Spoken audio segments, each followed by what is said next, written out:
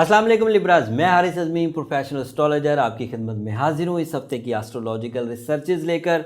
लिब्राज, पिछले हफ्ते की तब्दीलियाँ इस हफ्ते की तब्दीलियों के साथ मिलकर आपको मज़ीद कामयाबी की इत्तलात दे रही हैं। जो तब्दीली 21 नवंबर को मरकरी की सूरत में आई थी, डायरेक्ट हुआ था आपके सेकंड हाउस में, उसके मटीरियल एडवांटेजेस मैच्योर होकर अब इस हफ्ते आपको नज़र आना शुरू होंगे। मार्स आपके जो सेकंड हाउस में, the house of material advantages में मार्स दाखिल हुआ था, उसके भी एडवांटेजेस मैच्योर होकर इस हफ्ते नज़र आना शुरू होंगे।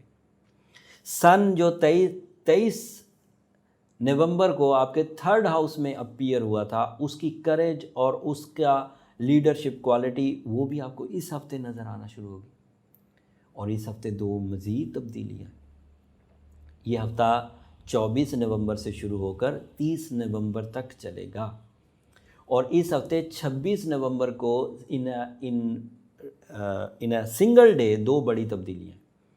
वीनस आपके यहाँ फोर्थ हाउस में इंटर हो जाएगा, पहले थर्ड हाउस में था, अब चौथे घर में चला जाएगा। और नया चांद होगा रबीउस्सानी का रात में 26 की रात को। पाकिस्तान में एक आध दिन आगे होता है, पर दुनिया में वो 26 की रात को अपीयर हो जाएगा और वो आपके थर्ड हाउस में होगा। एंड इन दो तब्दीलियों की वजह से आपके मूड्स पर, आपके ख़यालात पर, आपके जज्बात पर बहुत पॉजिटिव असर होगा। एंड जो वीनस घर बदल रहा है लिब्रास, वो आपका रूलिंग प्लैनेट भी है, तो सबके लिए उसके एडवांटेजेस सतही से हैं, बट आपके लिए उसके एडवांटेजेस बहुत गहरे हैं, क्योंकि वो आपकी नेचर का रिप्रेजेंटेटिव भी है। वो आपके लिए सिर्फ टाइम का फ्यूल नहीं है कि वक्त अच्छा कर रहा है, वो आपकी नेचर को अच्छा कर देगा, वो आपके मूड्स को अच्छा कर देगा, वो आपके अंदर की कमज़ोरियाँ जो किसी वजह से आपके अंदर पैदा हो गई थी, उन्हें रिपेयर करने की ताकत रखता है। उसके एडवांटेजेस सुनिए। चौथे घर में वीनस आपके अंदर ऐसी तड़प बढ़ा देगा जिसकी वजह से आप स्टेटस लविंग ज़्यादा हो जाएंगे, स्टेटस को ज़्यादा पसंद करेंगे, लाइफ स्टाइल को ज़्यादा पसंद करेंगे, और उसकी वजह से आपकी जो अपीयरेंस है, सोशली अपीयरेंस, वो स्ट्रॉन्ग होगी। लोग आपकी शख्सियत को डिस्कस करेंगे और आपकी शख्सियत में रोब, दबदबा या अफेक्टिविटी, असरअंदाज होने की ताकत बढ़ जाएगी।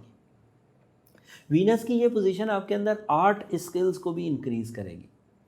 अगर आप किसी भी ऐसे शोबे से रिलेटेड हैं जो fashion, designing, acting, writing, presentations, public activities में अगर आप रहते हैं, तो ये वीनस आपके लिए बहुत मुफीद होने वाला है। ये पोजीशन ऑफ वीनस आपके लिए बहुत मुफीद होने वाली है, और इसके इवज़ आपकी नेचर में भी निखार आएगा, मैच्योरिटी आएगी, वीकनेसेस ख़त्म होंगी और आप अपनी गलतियों को सुधार सकेंगे। वैसे जो position of mercury and position of Mars है, वो आपके लिए मटेरियल अचीवमेंट्स की वजह बने। तमाम वो लिब्रास जो सरकारी जॉब के हसूल की कोशिशें कर रहे थे, उम्मीद है कि वहाँ से कुछ पॉजिटिव रिस्पॉन्सेज आएंगे। तमाम वो लिब्रास जो अपने रिज़्क रोज़ी के वसाइल में परेशान थे, कम था या मिल ही नहीं रहा था, दोनों सूरतों में इस हफ्ते से मैच्योरिटी आएगी और आपका सोर्स ऑफ इनकम, ज़रिया माश इस्तेहकाम पकड़ेगा। मरकरी की पोजीशन से प्लान्स बड़े टू द टारगेट होंगे, अफेक्टिव, आसान और बहुत गहरे, जो लॉन्ग लास्टिंग रिजल्ट्स देंगे।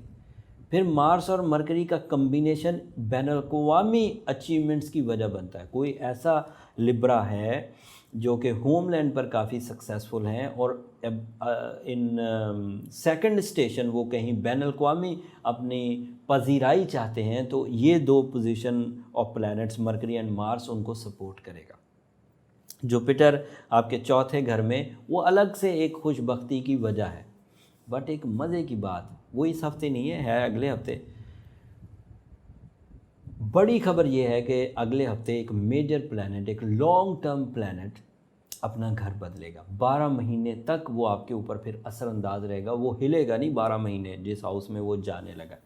आपके लिए ये मुस्बत है कि मनफी, इसकी खबर अगले हफ्ते आपको दूंगा। सो अगले हफ्ते की वीडियो मिस मत करिएगा। उस हफ्ते की वीडियो आपके 12 महीने की नॉलेज आपको देगी, और वो है भी बहुत बहुत इम्पॉर्टेंट, उसे इग्नोर नहीं किया जा सकता।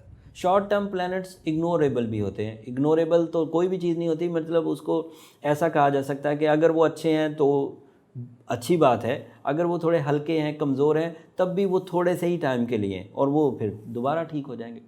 लेकिन लॉन्ग टर्म प्लैनेट्स में से कोई भी प्लैनेट आपकी मुखालफत में नहीं जाना चाहिए, क्योंकि वो साल हर साल चीज़ पे मबनी आपकी ज़िंदगी में रोल अदा करता रहेगा। इसलिए उनका अच्छा होना ज़रूरी होता है और उसकी इन्फॉर्मेशन होना उससे भी ज़्यादा ज़रूरी है। अगले हफ्ते इसकी पूरी तफसील बयान करेंगे।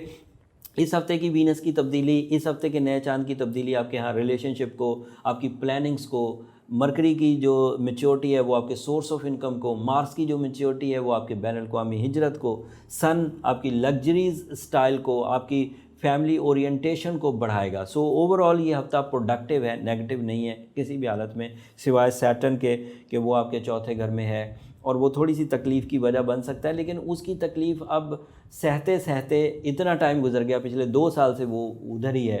तो उम्मीद है कि अब आप उसे टैकल करना सीख गए होंगे। लेकिन अगर अब भी कोई लिब्रा सैटर्न की जद में है तो उसे सूरह शम्स पढ़नी चाहिए, उसे सूरह यासीन की सेकंड लास्ट आयत 13 दफ़ा असर की नमाज में पढ़नी चाहिए। एज अ लिब्रा उसे blue topaz, pearls, opal, ruby, golden topaz, yellow sapphire, ये सब ऐसे स्टोन्स हैं, अगर 8 कैरेट का पहना जाएगा तो इससे ऐसी फ्रेंडली रेडिएशंस मिल जाएंगी जो सैटर्न की नेगेटिविटीज़ को बैलेंस करने में बहुत मददगार साबित होगी।